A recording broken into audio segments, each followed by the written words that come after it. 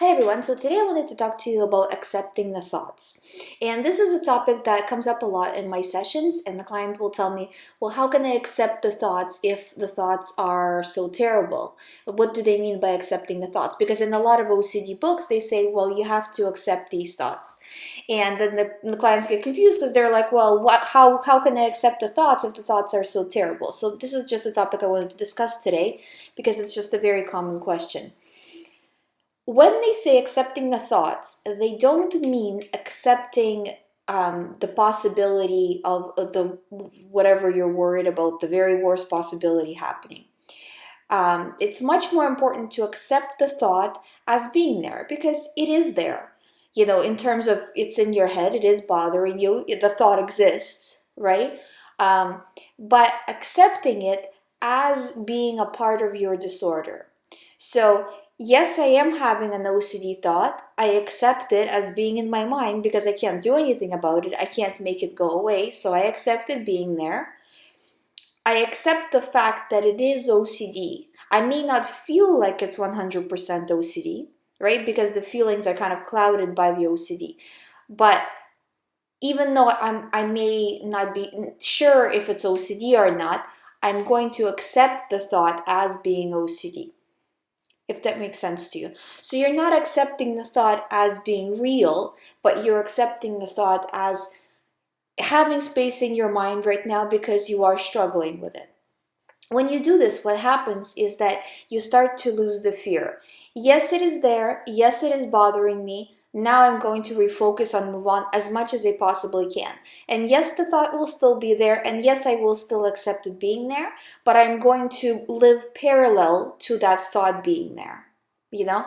So if you imagine a road, right? And the cars are going both ways. So the thoughts are telling you, oh my God, whatever, depending on your situation. And you're just going parallel to it. You know what I mean? You're not intersecting the thoughts. So, but you are giving it space and you're accepting them as being there. So this takes the fear out. And when you take the fear out of the OCD, then it's not going to be like as soon as you take the fear out, it's going to go away. But when you take the fear out, it's going to lose a lot of power, and then you can gain that power yourself and have more power in overcoming OCD and ignoring the thoughts, because the thought becomes weaker when you take the fear out. Because when you take the fear out, the feelings start to go, and as the feelings of anxiety and all of this decrease, your logic increases. So I'm sure if you've asked everybody around you about your specific situation and they're like, no, logically it doesn't make sense, right?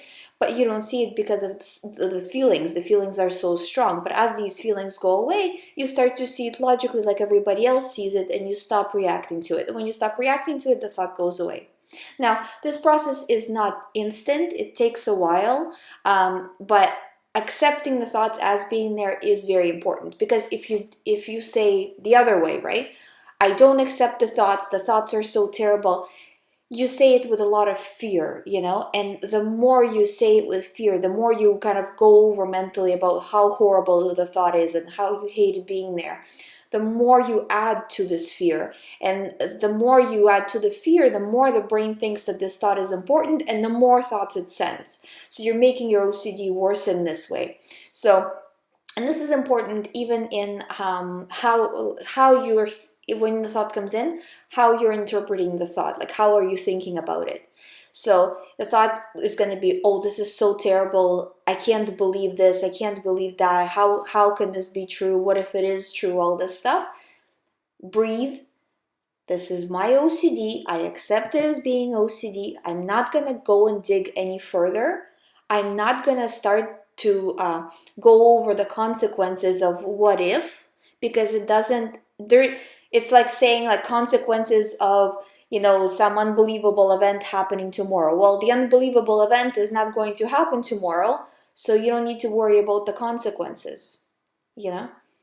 And then what if the OCD comes back to you saying, but what if it turns out to be true? Well, you can respond of when mentally, I mean, that when it turns out to be true, then you will deal with it. But for now, you are choosing not to deal with it. You are choosing to simply live parallel to it. You accept the thought being there, you're not paying attention. So I hope this kind of clears it up for you guys. If you have any more questions, please comment below the videos.